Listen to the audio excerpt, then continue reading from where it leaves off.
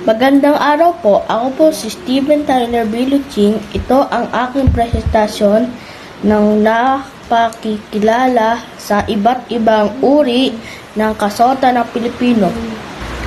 From the 1840s, there were several changes in the Philippine styles of dressing. These changes included, but were not limited to, change in the barosaya, tapis, and paniolyo.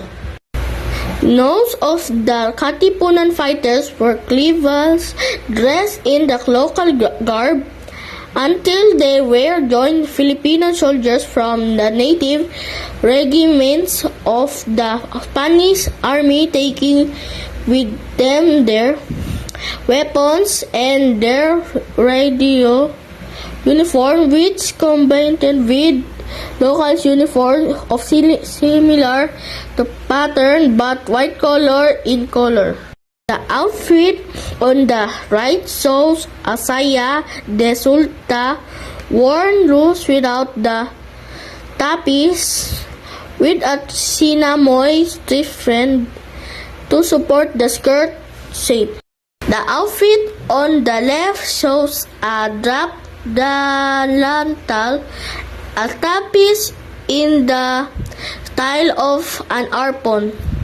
The elite women painted and photographed were seen with chains on their baro, but to those who belong the lower class, some still wore straight sleeves, which was an indication of the delayed fashion due to economic and social realities.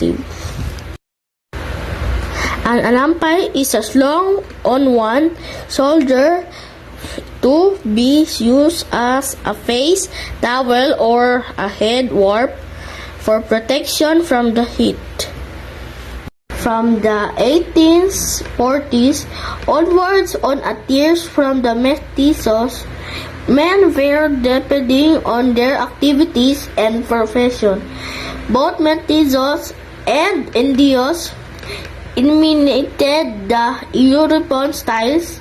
Lack of the central elements such as shoes, however, displayed class distinction. By the 1860s to 1870s, flared skirts with the help of the frotic coats and stiff abaca facing was trend. This mirrored the Victorian style period.